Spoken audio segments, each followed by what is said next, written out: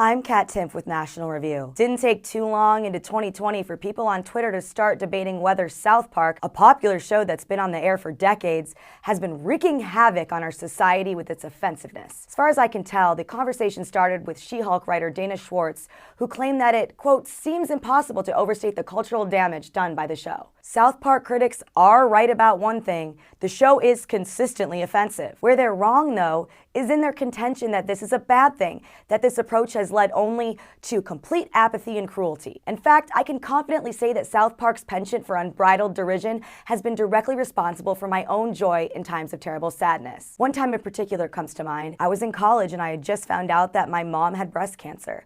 I was young, I was away from home, I was scared, and I was lost. It was perhaps the first time I felt that terrifying feeling that nothing truly is unshakable, that the things we consider to be the foundations in our lives are truly too unreliable to be thought of in that way at all. That week, as I was watching South Park with friends, an episode came up that was centered around jokes about breast cancer. I'll never forget what happened to everyone's eyes in that room. They were darting around with nervous looks, trying to make sure I was okay. Of course, I wasn't okay, but here's the thing.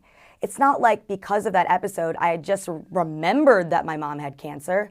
I'd already been thinking about it because I was thinking about it nonstop. When I saw the episode, though, I did something that I hadn't done in a while. I laughed.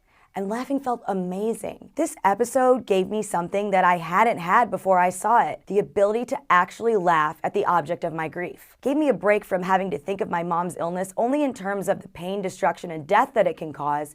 It comforted me by showing that though the issue my family was facing was serious, that didn't mean it was untouchable by humor and laughter. Now, I'm not, of course, saying that everyone in this situation would have felt the same way, but guess what? It doesn't matter. Not all comedy has to work for all people, and it's wrong to expect it to do so. The people accusing South Park of ruining our culture think they're being compassionate, selfless heroes. They're not. In fact, they're the opposite. They are so self-centered that they expect the entire world's tastes and values to conform to their own sensibilities.